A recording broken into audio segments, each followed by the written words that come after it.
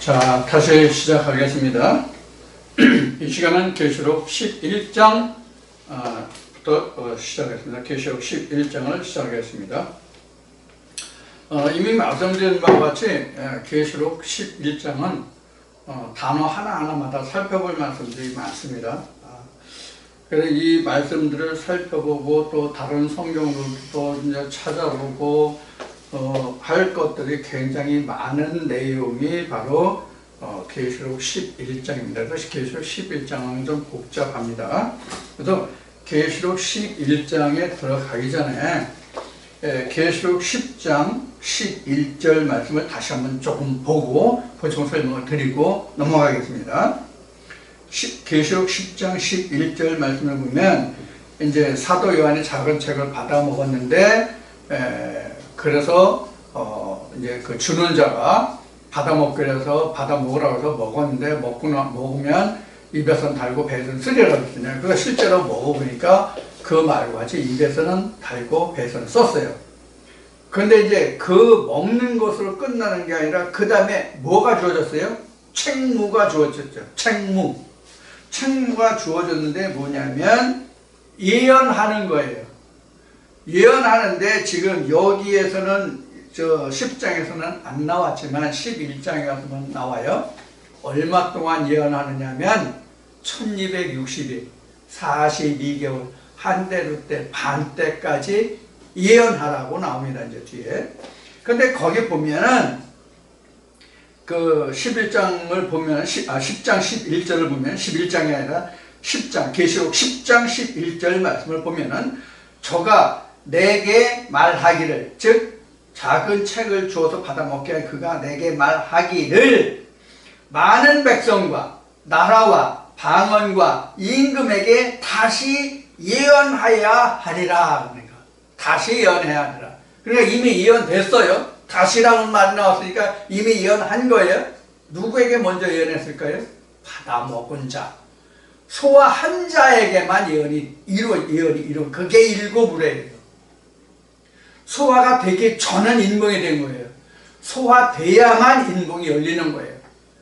그런 후에 그 소화가 된 후에 배에서 쓴 것이 입에서 단 것과 같이 달게 됐을 때 소화가 되었을 때 비로소 다시 예언해야 돼요. 그때 예언하는데 어떤 사람들에게 예언하냐면 백성과 많은 백성과 나라와 방언과 임금 이렇게 되어 있죠. 그래서 많은 백성, 나라, 방언, 임금 이렇게 되어 있는데 자 나라 나왔죠. 그 다음에 방언 나왔죠. 그럼 뭐야? 나라, 방언, 임금, 백성, 백성이 나왔네. 백성, 방언 이렇게 순서가 백성, 방언, 그 다음에 임금 이렇게 나왔죠. 자, 이게 뭘까요? 그러니까 나라나 백성은 이 베드로가 증거한 것을 보면은 뭐냐면 각 개인일 수도 있고 교회일 수도 있고 어떤 무리일 수도 있어요. 그것이 다 이제 나라와 방언. 나라라고 하는 것은 창세기 25장에서도 보면은 에서와 야곱을 잉태했는데 두 국민이 태중에서 복중에서 싸운다 이런 말씀을 나왔죠. 나라, 그 다음에 백성 이렇게 됐어요. 그래서 그런 것들을 참고하시면 되고 임금과 방언에 대해서 좀 설명을 드릴게요. 이 방언이라고 하는 것은 이제 헬라어로 그로사인데 이게 우리말로 표현하면 그 혀와 언어라는 뜻입니다. 혀라는 것은 영어로 tongue이죠. tongue.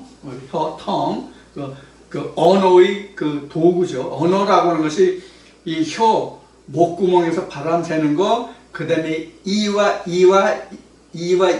잇몸이 어떻게 혀와 부딪히느냐에 따라서 발음이 되고, 그 다음에 목에 힘을 어떻게 주느냐에 따라서 액센트와 억양이 나오죠. 영어로는 intonation, 이렇게 발음, pronunciation 이렇게 말하지만, 자, 이 tongue이나 언어, language거든요. 랭귀지라는 것은 혀하고 tongue하고 랭귀지는 불가분의 관계가 있어요. 서로 떨어질 수 없는 거예요. 왜냐하면 이와 입술이 아무리 튼튼하고 목이 좋아도 혀가 없으면 이 공기의 움직임을 제어할 수 없기 때문에 언어가 되지 않아요. 그래서 tongue이라는 것은 결국 혀라고 하는 것은 언어를 말하고 언어를 한다는 것은 혀가 있다는 얘기거든요. 그러면 언어라는 것을 꼭 혀가 있고 이와 잇몸이 있다고 해서 꼭 언어를 하는 게 아니거든요. 언어는 사람에게만 주어진 거예요. 짐승은 언어가 없죠. 언어가 없다는 것은 뭐가 없다는 얘기냐면 이게 없다는 얘기예요. 캐릭터가 없다는 얘기예요. 문자가 없다는 얘기예요. 그래서 글을 남길 수 없는 것은 우리가 언어라고 할 수가 없어요. 그래서 짐승들은 자기네들이 쓰는 어떤 소리, 그건 소리죠. 언어가 아니라 소리죠. 그런 소리는 있을지 모르지만 혀가 있어서 입이 있어서 목구멍이 있어서 소리를 낼지는 모르지만 그것을 글로 문자로 남길 수 없기 때문에 그것을 언어라고 하지 않는단 말이에요. 그래서 언어라고 하는 것은 이렇게 문자로 글자로 남겨둘 수 있는 것을 우리는 언어라고 그래요. 뭐 통틀어서 이야기하면 소리죠. 그렇죠? 언어도 소리 중에 들어가는 거죠. 음악도 소리죠. 근데 고저 장단이 틀리기 때문에 일반 언어와 노래가 구분이 되는 거죠. 그래서 이것을 이제 뭘 설명하기 위하면 다음에 이제 이 방언을 설명하기 위한 거예요. 뭘 설명하면 방언을 설명해요. 그래서 이 방언이라고 하는 것은 많은 언어들을 뜻하는 게 방언이에요. 근데 우리가 방언하면 외국어만을 말하는 사람들이 많거든요. 특히 우리 교계에서 원로 목사라고 얘기하죠. 원로 목사 중에 땡땡 목사님이 계신데 그분은 원래 외국어라는 그런 방언은 있어도 룰루랄라 하는 그런 방언은 없다 하고 주장하는 목사님들이 많아요. 그런 신학자들이 많아요. 그러면 그런 것이 있는지 없는지는 여러분들이 어디를 참고하냐면 14장까지를 참조하세요. 고린도 12장에서는 각종 은사에 대한 은사론이고요. 13장에서는 사랑장이고요. 여기는 이제 믿음, 소망, 사랑이죠. 그리고 14장에 가서 방언에 대한 구체적인 언급이 있어요. 그래서 방언에 대한 설명은 고린도서 14장에 보면 구체적인 설명이 있습니다. 거기에 그 방언을 하는 사람과 하나님만이 알고 다른 사람은 알 자가 없기 때문에 이것은 통역이 되지 않는다라고 되어 있어요. 통역이 되는 방언이 있고 통역이 되지 않는 방언이 있어요. 우리가 교회에 다니면 이런 말을 쓰죠. 개방언. 계시록 이제 앞으로 할 텐데 계시록에는 뭐냐면 개구리용이 나와요. 이게 바로 개방언이에요. 개구리용이. 그게 이제 그 다음에 나올 텐데 여기서 미리 설명을 드려야 다음에 설명하기 쉬우니까 미리 설명하는 거예요. 방언 설명해야. 그래서 이 개구리용, 이 방언을 하는 자들이라는 것은 뭐냐면 쉬운 얘기로 이때 그 사고 유한대로 말하면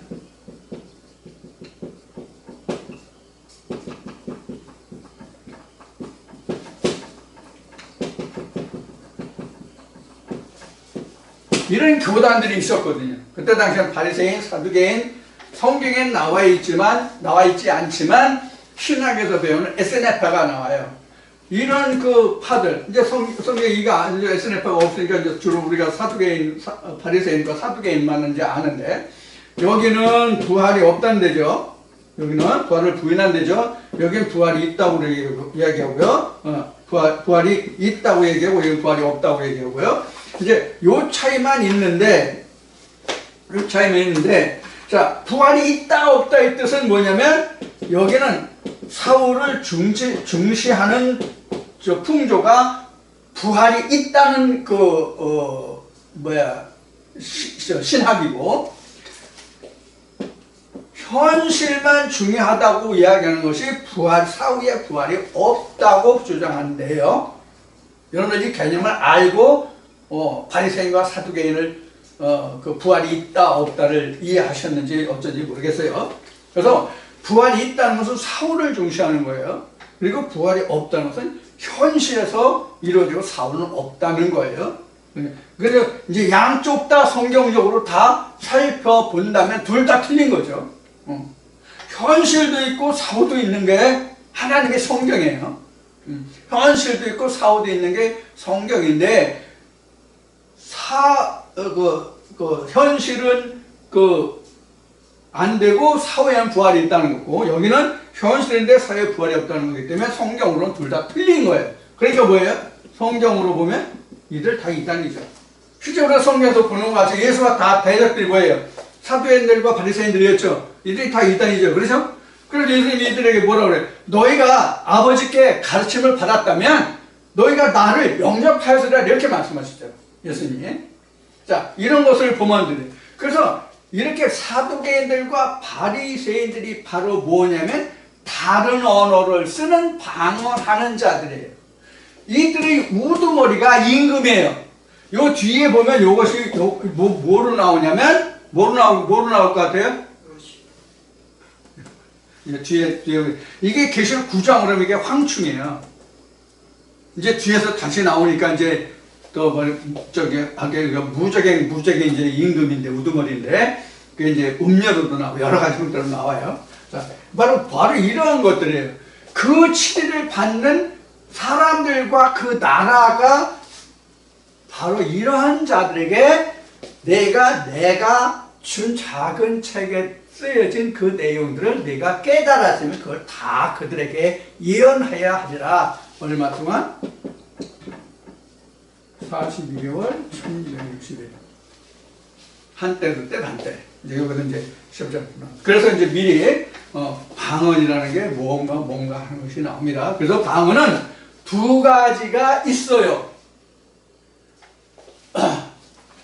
방언 종류를 여기서 다시 말씀드릴게요. 제가 전에 그 고린도 전서를 공부할 때에 창세기부터 요한계시록까지 한번 공부를 한 적이 있었는데, 굉장히 오랜 시간 동안 공부를 한 적이 있었는데, 다 끝까지 참여한 분들이 없고, 참여한 분들이 없고, 중간중간 끊어지고 이어지고 이제 그랬는데, 그분들을 다 듣지 못해서 참 아쉬움이 많아요. 다 들었으면 좋았을 텐데. 그래서 방언이라는 것은, 첫째, 인간적. 이렇게 이제 둘로 나눠보자고요. 인간적으로 세상적이라고 그럴까? 이렇게 이제 나눠보면 이게 뭐가 있냐면 언어들이에요. 언어들이 있는데 이게 뭐예요? 지방 사투리들 있잖아요. 지방 사투리들이 요거는 그러니까 표준어를 상징하는 거예요. 언어들이라는 거는. 표준의 지방 사투리가 있잖아요. 우리나라 같은 경우에는 예를 들어서 제주도 본 방언으로 얘기하면 같은 한 나라 민족이고 한 국민이고 한 나라인데도 불구하고 제주도 본 방언으로만 지금도 알아듣는 사람이 무 사람들이라고 그러죠. 무 사람들은 거의 다 못 알아들어요. 진짜 못 알아들어요. 경상도에 가면, 경상도에 오면, 전라도도 경상도 나름의 사투리가 있고, 충청도 나름대로, 강원도는 강원도대로, 이제 이런 사투리가 있죠. 지방으로 특색이 있죠. 근데 가장 알아듣기 어려운 것이 제주도 방언이고요. 지방 사투리고요. 그 다음에 또 어려운 것이 어디냐면, 저 같은 경우는 경상도 사투리가 굉장히 서툴러요. 그들이 이렇게 말 빨리 하고 뭐 하면 진짜 못 알아듣는 경우가 너무나도 많아요. 그냥 대략 짐작으로, 어떤 그 이야기를 하고 있을 때 이 이야기를 하니까 이게 그런 뜻이겠거니 하고 그냥 장단을 맞추는 경우가 허다해요. 실상으로요. 제가 이제 업무상으로 젊은 시절에 많이 다녀보니까 경상도 말도 굉장히 어렵더라고요. 저도 이제 지방을 많이 다니니까 이제 사투리도 흉내도 내보고 뭐 써보기도 하고 뭐 그러는데 진짜는 아니고 그 흉내는 게 진짜는 아니고 그냥 흉내 내보는 거지만 굉장히 어려워요. 이제 세상적으로 보면 이제 이런 것들이 있어요. 그래서 여기도 보면은 어떤 게 있냐면 각국 언어예요. 각국 언어예요. 이게 일반적으로 성경으로 보면 이게 이제 사도행전으로 나오는 모든 아시아 지방에서 여러 지방에서 왔는데 그 설명하는 자들이 유대인이잖아요. 사도들이잖아요. 하나님 말씀이 어떻다, 예수가 어떻다, 진리가 어떻다, 성령이 어떻다 이런 얘기 하는데 그 말을 자기 나라 언어로 들었더라 이런 거예요. 그러니까 이 사람들이 유대어를, 히브리어를, 헬라어를 배우지 않았는데 그들의 헬라어나 히브리어로 말하는 것을 자기 나라 말로 들었다가 바로 방언으로 말했다 이 뜻이 돼요. 그냥 알아들었단 말이에요. 내가 영어를 배운 적이 없는데, 독일어를 배운 적이 없는데, 일본어를, 중국어를, 뭐 프랑스어를 배운 적이 없는데 영어로 말하는데, 독일어로 말하는데, 불란서어로 말하는데, 중국어를 말하는데, 일본어를 말하는데 나는 한국 사람인데도 불구하고 그것을 다 알아들었다 이 얘기예요. 그래서 그 듣는 사람들이 놀래 자빠진 거죠. 세상 말로 표현하면. 이게 어찌 된 일이냐. 그래서 지금 말한 경우 다른 나라 말로 나는 한국 사람인데 다른 나라 말로 말하는데 내가 알아들었다면 내가 배우지 않은데 알아들었다면 저절로 터득이 되고 저절로 습득이 된 거잖아요. 그렇죠? 그래서 그로싸라는 그 뜻을 보면은 배우지 않고 얻어지는 것이 바로 그로싸예요. 우리가 지금까지 설명한 내용이 무슨 뜻인지 이해하시겠죠? 자, 이것을 성경으로 접목하면 내가 한 번도 하나님의 진리의 말씀, 성령의 교회에 들은 레마의 말씀을 들은 적이 한 번도 없는데 그것을 내가 알아듣고 깨닫고 그 말씀이 하나님이 태초에 천지를 창조하셨는 것을 설명했는데 그것을 다 깨닫고 알아들으면 이것도 뭐예요? 통역을 끼지 않은 상태에서 알아들은 바로 그로싸 방언을 알아들은 거예요.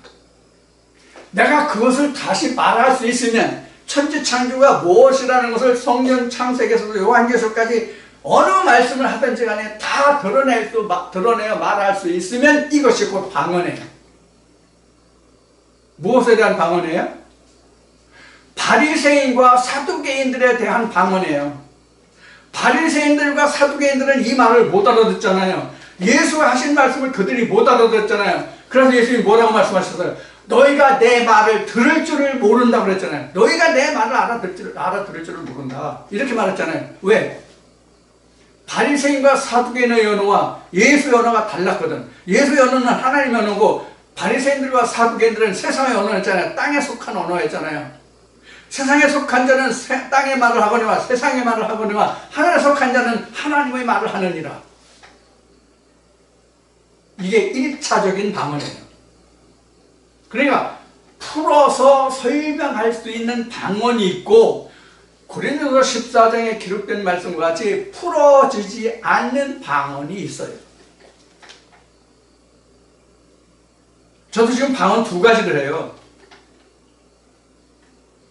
바리새인들과 사두개인들이 알아듣지 못하는 진리의 말씀이 방언을 하고요.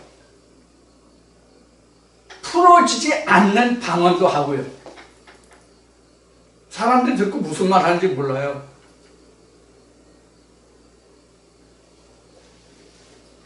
그래서 방언이라는 것은 이런 의미를 가지고 있다. 그러니까 이 나라 백성, 많은 백성과 방언과 임금들이라고 하는 것은 쉬운 얘기로 뭐냐면 이런 거예요. 이방인들, 하나님을 알지 못하는 그들의 무리에게 내가 작은 책을 통해서 내가 보여준 그것을 내가 예언하여야 해라. 그러니까 세상 말로 뭐예요? 공짜는 없다. 하나님이 우리에게 은혜를 주시는 것은 무엇도 함께 하려면 고난도 함께 하려면 그 고난에 배에서 쓴 거예요. 그 고난이 왜 그런 고난이에요? 여러분들 신학으로 신학을 전공해서 신학으로 목사 안수를 받아서 신학을 들고 이게 복음이라고 가서 하면 여러분들 환영받아요? 멸시받아요? 업신여김 받아요? 환영받죠? 아, 목사님 하면서 환영받죠? 그런데 지금 제가 전한 이 말씀을 가지고 그들 앞에 가서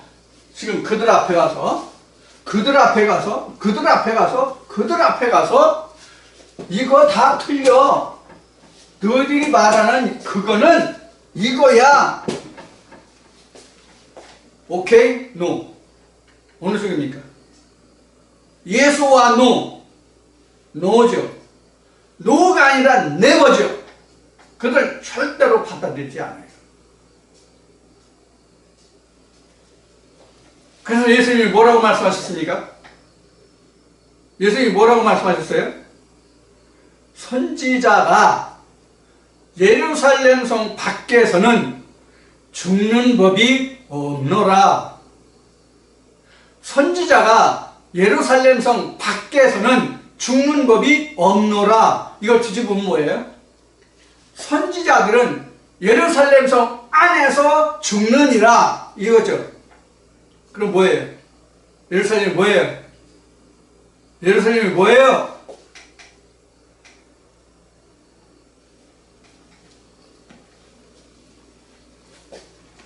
그래도 거기 가서 머리 쳐박고 아멘 하잖아요.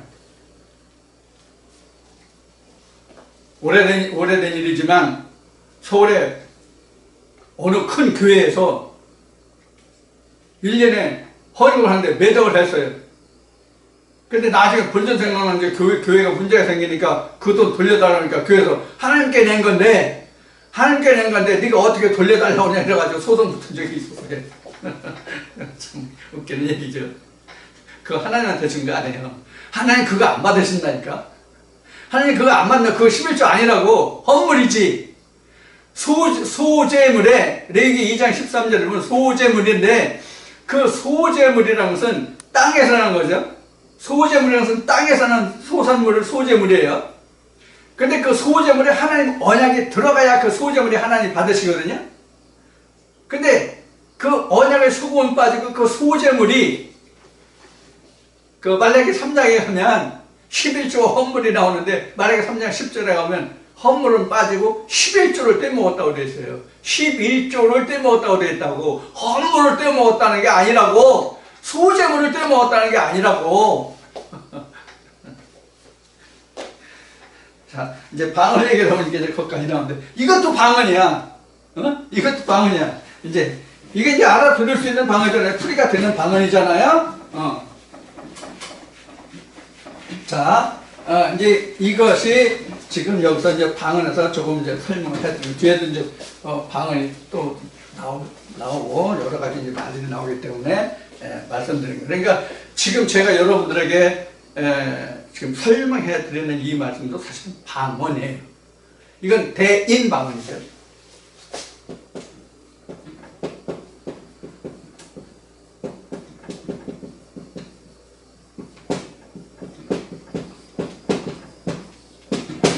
대인방언이죠? 그럼 이거는 풀이가 된단 말이에요. 풀이 가능. 근데 그 다음에 뭐가 있냐면 대신 방언이 있단 말이에요. 대신 방언이 돼. 이거 풀이 안 된다.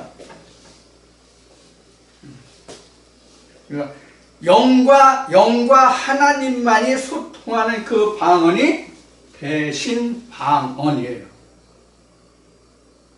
뭐 이거 대인 방언은 뭐 같은 나라 말로 해도 방언일 수 있고, 하나님의 말씀 우리가 직접 알아들을 수 없으니까 풀어주니까 대언이잖아요.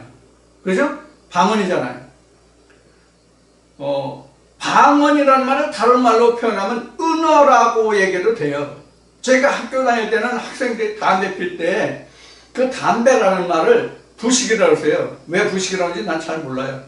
그래서 그 부식이라고 하는 말을 저기 하는 사람, 잘 표현하지 않은 사람들은 또 뭐라면, 야, 너 삼국사기 없어? 이렇게도 얘기했어요. 왜 삼국사기가 김부식이 썼잖아요. 그러니까 너 삼국사기 없어? 이렇게 썼는데 은어였죠. 그게 방언이란 말이에요. 숨겨진 어떤 뜻을 가진 말이 이제 방언이고 은어잖아요.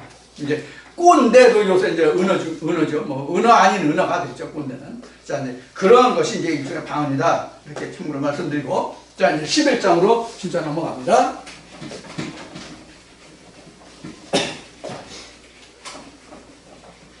자, 11장도 지금 풀어볼 내용들이 단어들이 많으니까 한 절씩 읽으면서 설명을 하겠습니다. 11장 1절부터 시작합니다. 또 내게 지팡이가 든 갈대를 주며 말하기를 일어나서 하나님의 성전 제단과 그 안에서 경배하는 자들을 청량하되. 이거 뭡니까 지금? 첫 번째 나오는 게 뭐예요?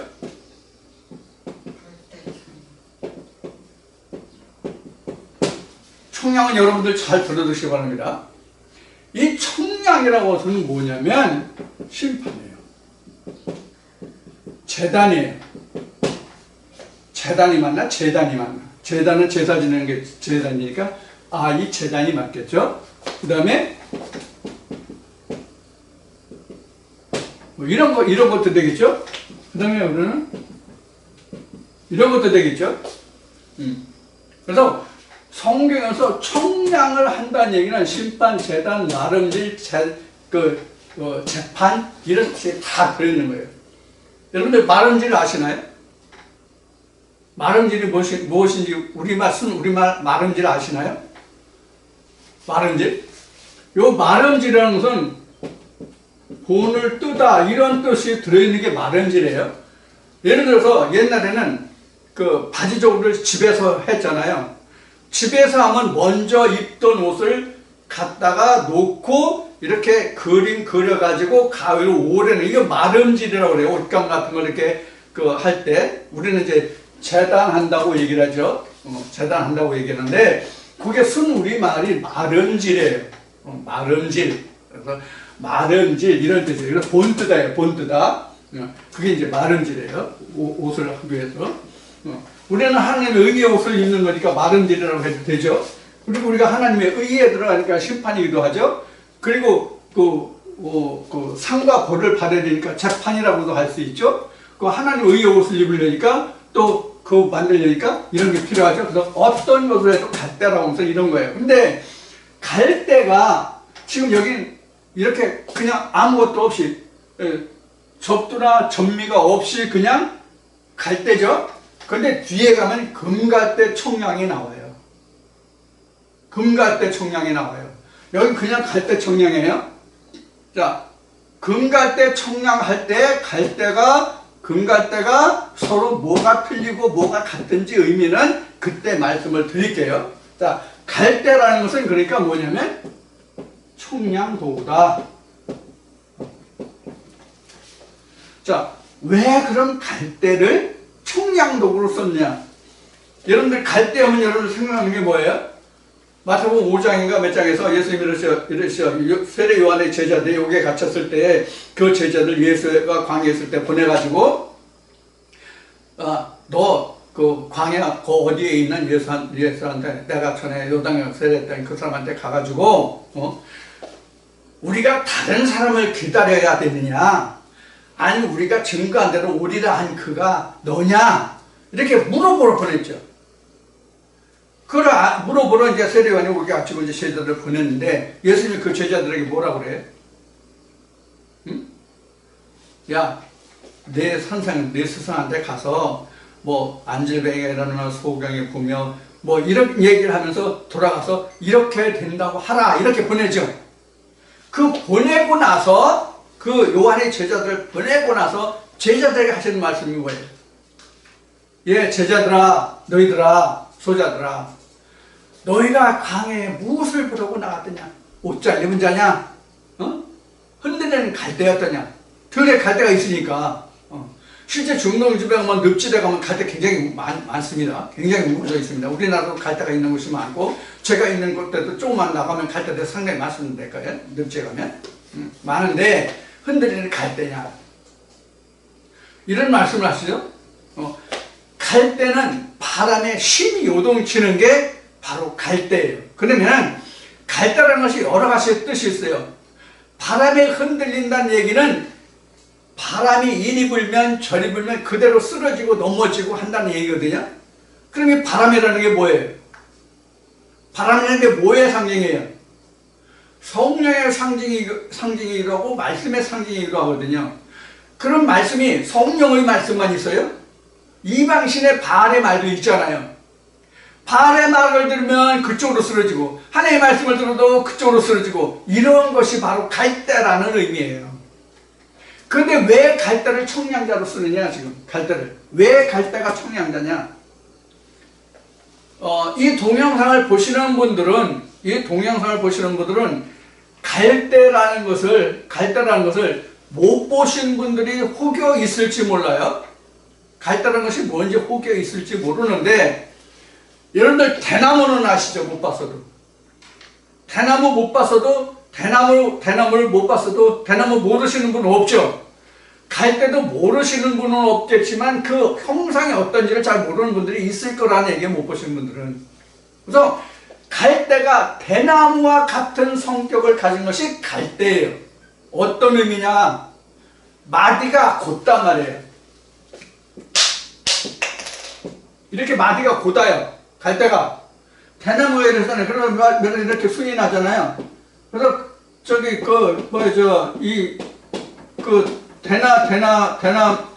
대나무가 그 옛날에 그 매주 국헌 해가지고 그 묵필가들이 이 그림을 주로 청렴한 선배들이 많이 즐겨 그렸다는 것이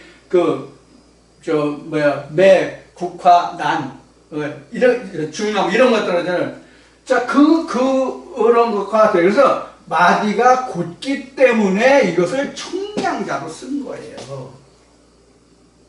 여러분들 일본 제품에 캐논이라는 것이 있죠. 캐논. 이 캐논이라는 것이 사실은 청량이라는 뜻이에요. 그런 뜻이 있는 걸로 알아요. 사전 한번 찾아보세요. 캐논. 이게 청량이라는 뜻이죠. 청량. 그래서 이 기준이 바로 이게 갈대예요. 대나무도 곧죠. 그래서 청량이 갈대예요.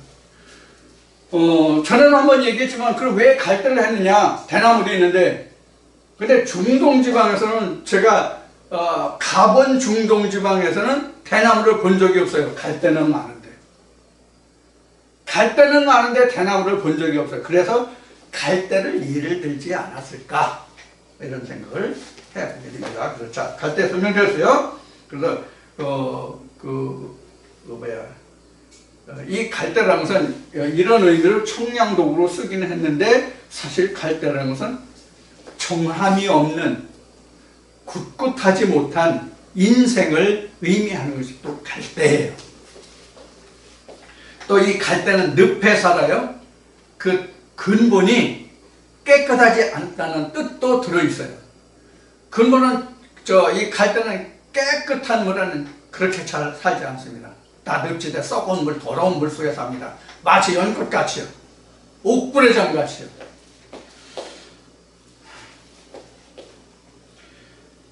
만약에 일어나서 하나님의 성전과 제단과 그 안에 경배하는 자를 청량하되 이렇게 돼요. 자, 청량의 대상을 한번 봅시다. 자, 갈대 청량을 하는데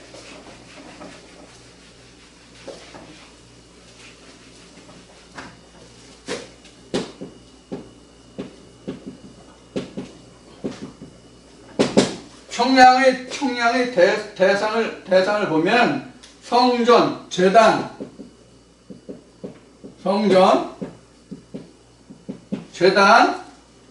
그 다음에 그 안에서 경배하는 사람, 경배자죠. 이거 청량이에요, 지금. 지금 이거 청량이에요. 그러니까 뭐까지 들어갔어요? 사람까지 들어갔죠. 사람까지 들어오는 갈대 청량이에요. 금갈대 청량은 여기만 사람은 빠지고 이쪽만 청량해요. 이제 뒤에서 다시 이제 공부할 거예요. 자, 요것만 청량해요. 그런데 그 다음에 좀 말씀 봅시다. 청량하되 성전 밖 마당은 청량하지 말고 그냥 두라. 성전 밖이 있는데 이거 청량하지 마. 그냥 둬. 이거 버려. 여기에 1260일 동안 이방인에게 그냥 짓밟히게 둬. 뒤에 설명이 이제 그렇게 나옵니다. 자, 이게 뭐냐? 이거예요. 앞 시간에 그랬죠? 이거예요. 뭐예요?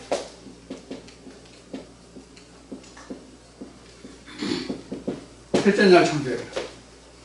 여기 인물은 항상 변함이 없어요. 끝까지 변함 없습니다. 궁창도 둘째 날부터는 전혀 변함이 없습니다. 그 다음에 요게 원래 아랫물이었죠. 요 둘이. 아랫물이었는데 이걸 갈라가지고 땅과 바다가 되죠. 그렇죠? 원래는 이것이 얍바사인데 이 얍바사를 땅이라 칭하더라. 무치 티귿받침인가? 티귿받침인가? 무치라 칭하더라. 이렇게 됐죠. 이게 땅이죠.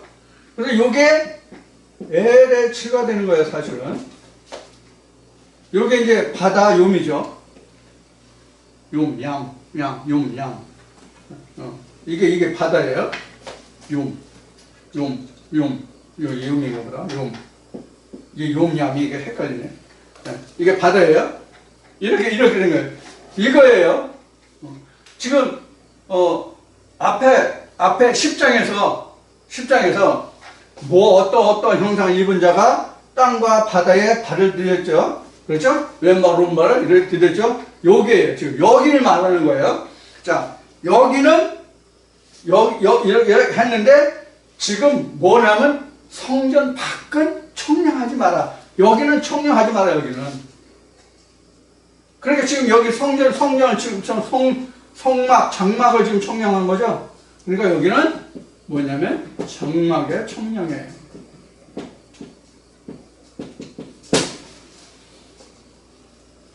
장막의 청량이에요. 이게 장막이잖아요. 여기 빠지니까, 여기 빠졌으니까. 그죠? 지금 1차적으로 지금 장막의 지금 청량이에요. 요것이 지금 여기서 말하는 성전 밖은 청량하지 마라. 그냥 두라. 이것을 이방인에게 주었은즉 저희가 거룩한 성을 42달 동안 짓밟으리라. 여기 있네. 자, 30개월이, 1개월은 한 달은 30일이죠. 30일에서 40둘이죠. 42를 하면 어떻게 해요? 1260일이에요. 그래서 42달이나 3년 반이나 1260일이나 한때 그때 봤다 똑같이 다 같은 뜻이라는 것을 여러분들 이해하시면 됩니다. 그래서 이 1260일 한때 두때 반때 또는 42달 이것은 뭐냐면 에레미야와 이사를 통해서 예언하신 70일이에요. 70일에 71회를 7일에 62일에 한 일회로 나누어서 세 부분으로 나누었죠. 다니엘서에. 그래서 이것이 이스라엘 백성들이 앞으로 당할 일들인데 이것이 표면적으로는 이스라엘이 혹독한 역사를, 하나님을 배반한 혹독한 역사를 치른 세상적인 역사요. 이것이 이면적으로 성경으로 들어오면 하나님의 백성이 진리를 받고 하나님 은사를 맛보고 히브리서에 기록된 말씀같이 하나님 은사를 맛보고 하나님을 배반하면 다시 돌이키는 제사가 없으니 그 나중 형편이 그 전만 못하리라는 말씀과 같은 거예요. 물론 그 나중 형편이 그 전만 못하리라는 건 다른 말씀이지만, 자, 이러한 과정을 지금 설명하고 있는 거예요. 그래서 71회와 36개월이나 42달이나 1260일이나 한때 두때 반때나 이것은 다니엘서부터 이 70일에 설명할 때 이렇게 한때 두때 반때 설명이 나오고 계시록에 이제 나오는데, 이 설명을 나올 때마다 항상 이것은 같은 뜻이다. 이것은 또 뭐와 같으냐면 40일, 400년, 430년 4대와 똑같다. 이것을 생각하시면 됩니다. 똑같다. 설명만 틀리지. 똑같다. 똑같은 단다. 그렇게 생각하시면 됩니다. 자, 그래서 지금 여기에서 성전 밖은 42달 동안 그냥 들어왔는데 성전 밖이 뭐냐면 이거예요.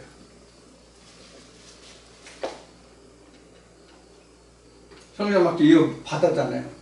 바다는 뭐예요? 세상이에요. 요거는 우리 몸으로 있는 사르트예요.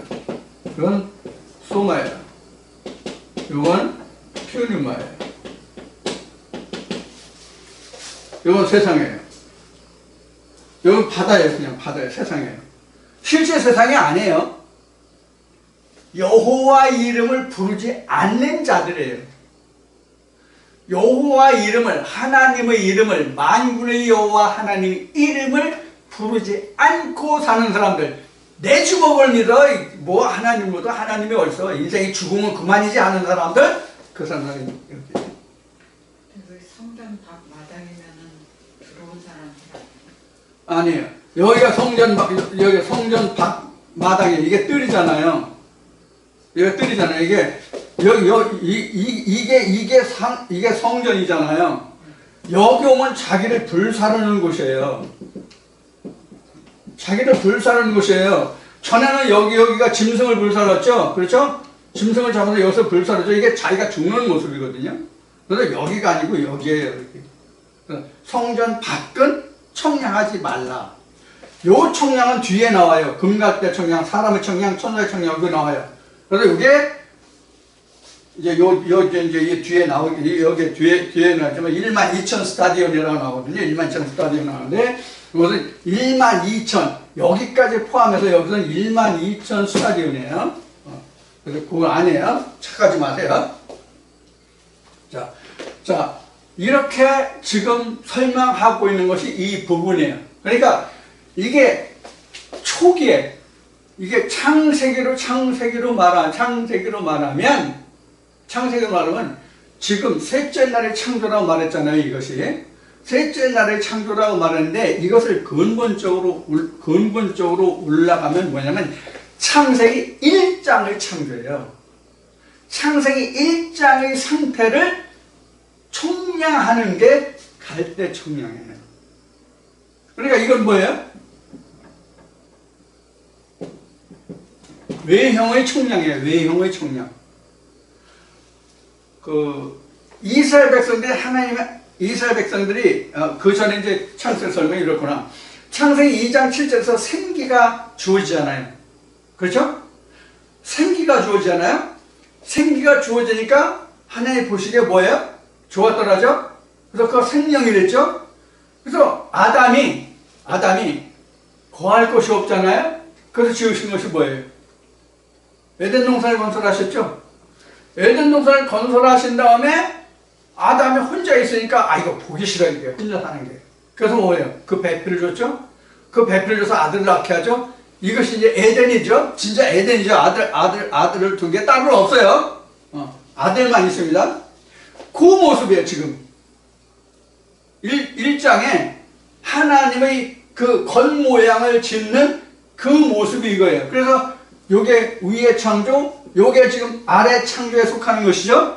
근데 아래 창조와 땅의 창조가 아직 온전하지 않죠? 뭐가 어떻게 온전해요? 요 궁창이 윗물이 돼야 온전한 거죠. 지금 이제 다른 성전 뜰을 청리하지 말라가 여기 아니냐? 성전 바꾼 청리하지 말라가 이 뜰이 아니냐라고 질문이 나와서 이 얘기 지금 보충 설명을. 요 아래 요게 궁창인데 하나님은 이 궁창을 윗물에 뭐예요? 모형 예표로 보여주신 것이죠. 모형 예표로 보여주신 것이기 때문에 이 모형과 예표가 실제 윗물의 실상이 되도록 하는 게 뭐예요? 하나님의 일이 끝이죠. 네.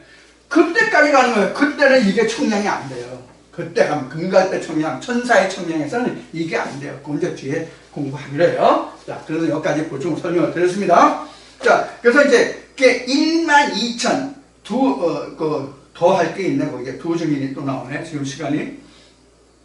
그 뒤에 보면 내가 나의 두 증인에게 권세를 주리니 저희가 굵은 배를 입고 1260일을 예언하리라 이렇게 나왔죠. 1260일 나왔어요. 1260일을 예언하리라. 근데 굵은 배원 나왔죠. 그 굵은 배원 나왔고 두 증인 나왔습니다. 자, 굵은 배원 증인 설명하겠습니다. 잘 들어두세요.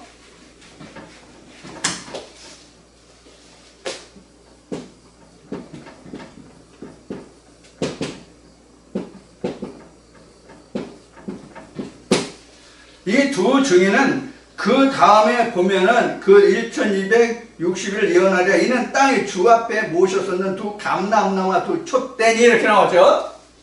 두 증인이 뭐냐면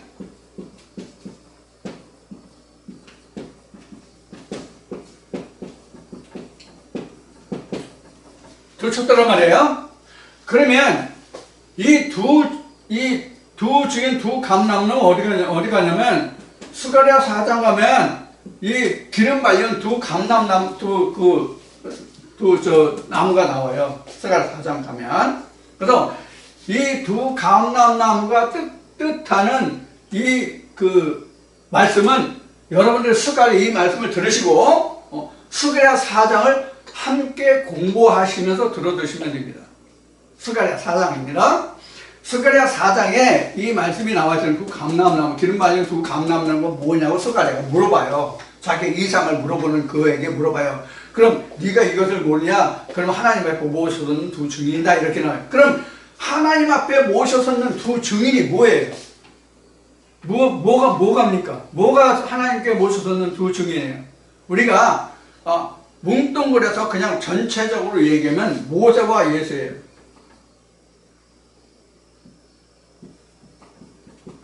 이게 두 증인이에요. 모세와 예수가 두 증인이라고요. 그리고 하나님 앞에 모시는 두 증인이 이제 모세로 보이겠네. 모세입니다. 모세와 예수가 하나님 앞에 모셔서는 두 증인이에요. 근데 실제로 우리가 하나님 앞에 모셔서는 두 증인이 현재 우리에게는 모세도 없고 예수도 없잖아요. 그래서 우리가 현실적으로 이 말을 바르게 하면 율법과 진리라고 말할 수 있는데 이것은 뭐냐면 로마서 1장으로 얘기하면 로고스와 레마예요. 이게 두 증인이에요. 성경으로 말하면 두 증인이 여기가 두 증인이거든요. 그래서 하늘의 그림자로 나와 있는 게 뭐예요? 모세죠. 그래서 모세 속에는 뭐가 들어있어요? 하나님이 들어있는 거잖아요. 예수가 들어있는 거잖아요. 그 의미와 같은 것이 바로 두 증인이에요. 그래서 하나님 앞에 모셔서는 두 증인, 이자가 1260일인데 이 두 증인이 그럼 실제로 두 사람이냐? No, never. 누구예요? 작은 책을 받아 먹은 자가 두 증인이에요. 작은 책을 받아 먹은 그 한 사람, 성경으로 얘기하면 예수가 한 사람이지만 두 증인이에요. 그래서 예수님이 이렇게 말씀하시죠. 너희들이 나보고 옳다 그러다라고 얘기하는데 그래도 내가 하는 말이 옳은 것은 나를 증거하시니까 내 안에 있다. 내 아버지가 나를 증거하미라 이렇게 말씀하시죠. 아버지가 누구예요? 말씀이죠. 로고스죠. 이 로고스를 보여주신 게 누구예요? 모세죠. 그래서 예수는 모세의 글에 가시떨기 나무 안에 그 모든 것에 나에 관한 기록이야. 모세의 글이 나에 관한 기록이야 라고 한 거거든요. 결국 이것을 우리가 일반적으로 쉽게 얘기하면 모세는 예수의 형이 되고 형제이기도 하지만 형이 되기도 하지만 모세는 예수의 아버지가 되기도 해요. 왜냐하면 모세는 하나님의 형상이잖아요. 그렇죠? 그래서 하나님은 모세를 아론에게 보낼 때 하나님이 모세에게 뭐라고 말씀하세요? 내 형에게 너는 하나님과 같이 된다고 말씀하셨죠. 그렇죠? 그래서 말씀을 가진 자는 창세기 1장에 기록된 말씀같이 하나님의 형상을 닮은 자예요. 하나님의 형상을 닮은 자예요. 하나님의 말씀을 가진 자는. 외형이 아니라 그 말씀이 하나님의 형상이잖아요. 속사람이 자 그런 뜻을 가지고 있는 것이 두 증이네요. 근데 베옷을 입었다고 해서 굵은 베옷. 이 굵은 베옷은 뭐냐면 회개를 상징해요. 회개를 상징해요. 이제 이 굵은 베옷의 반대가 뭐예요? 세마포예요. 세마포. 여러분들 구약에서 세마포가 여러 번 나와요. 많은 곳에 나와요. 세마포가. 한 예를 들읍시다. 야곱의 그 아들 중에 말째 아들이 누구예요? 요셉이죠. 요셉이 그 아버지가 항상 채색 옷을 입히고 그 아들을 너무 애지중지 사랑하며 그 나이가 들어서 아들을 얻으면 그런가 봐요. 요사이도 뭐 늑둥이 보내 뭐 그런 얘기 많이 하잖아요. 그놈이에요. 그런데 아마 야곱이 아마 그랬었던 명이에요. 그러니까 요셉을 너무 사랑했어요. 그러니까 형제들이 어떻게 했어요? 시기 질투했죠. 근데 그때 당시 형제들이 시기 질투했던 것을 오늘날로 비교하면 아마 그 대단했을 것 같아요. 왜 그런가 하면 그 우리는 뭐 장홍연정이나 이런 데서 뭐 서모 그 계모에 대한 의붓어머니에 대한 그 자식 전처 자식이나 뭐 이런 것들에 대해서 상당히 그 터부시하고 그 뭐라 그래 학대한다고 할까? 학대라고 해야 맞겠군. 그런 것을 우리가 많이 보죠. 그런 것을 보면 사실은 요셉은 그렇게 학대받은 건 아닌 것 같아. 뭐 그쪽 문화는 본래 어머니들이 뭐 보통 3명, 4명 되는 시대였으니까 당연히 의인이 그런 것이다 라고 살았을지 모르겠지만 현재 우리나라 풍속으로 보면 그 적자는 아들 대접도 받고 딸 대접도 받고 그러는데 서자는 저 서름을 무척 당했죠. 우리가 홍길동전에서 보는 것 같이 아비를 아비라고 부르지 못한다는 그런 것 같이 그 요셉이 굉장히 그 학대를 받다가 형제들의 그 시기 질투를 받다가 결국은 하루는 형제들의 음모에 의해서 구덩이에 집어넣는데 애굽 상인이 데려다가 어느 그 대신의 집에서 종살이하다가 왕의 꿈풀이를 내가지고 뭐까지 올라가요? 총리까지 올라가죠? 그렇죠? 애굽의 총리까지 된단 말이에요. 그래서 애굽의 총리가 될 때 애굽의 총리가 그 요셉을 얼마나 사랑했던지 왕이 끼는 인장반지와 세마포를 입혀요. 응? 왕이 끼는 인장반지와 세마포를 입혀요. 그러면서 왕이 뭐라 그래요? 나는 이름만 왕이지 실제 모든 권세는 너한테 다 있다. 그 인장반지라고 하는 것은 어인이거든요.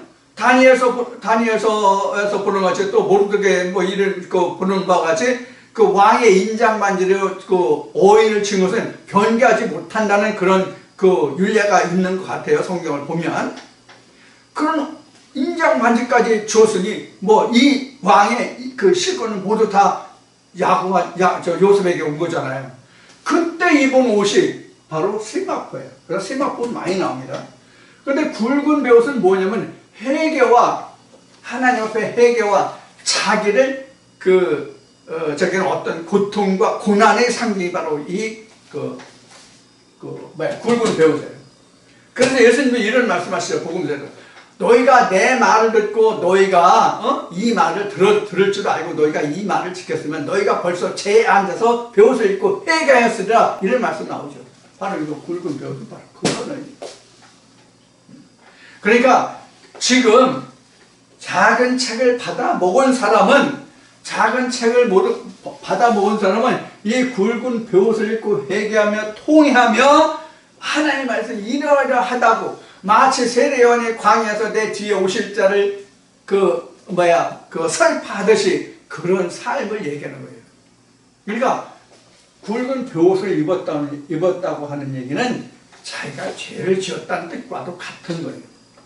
예를 들어 히스기야 왕이 병이 들었을 때에 너는 다시 일어나지 못하고 네 침상에서 내려오지 못하고 죽으리라고 했을 때에 그가 굵은 베옷을 입고 벽을 향해서 통곡하면서 회개해가지고 하나님 앞에 그 기도가 올라가가지고 그가 자기 아버지 아하스의 일형표를 뒤로 물려가지고 10년인가 15년을 더 사는 그런 말씀이 기록이 나오죠. 열왕기 보면 그런 것 같은 거예요. 그래서 이 굵은 베옷이라는 것은 회개와 어떤 고난과 역경을 당했을 때 입는 옷이 회개예요. 그래서 이 굵은 베옷을 입은 다음에 이 역할이 끝난 다음에 세마포가 나와요.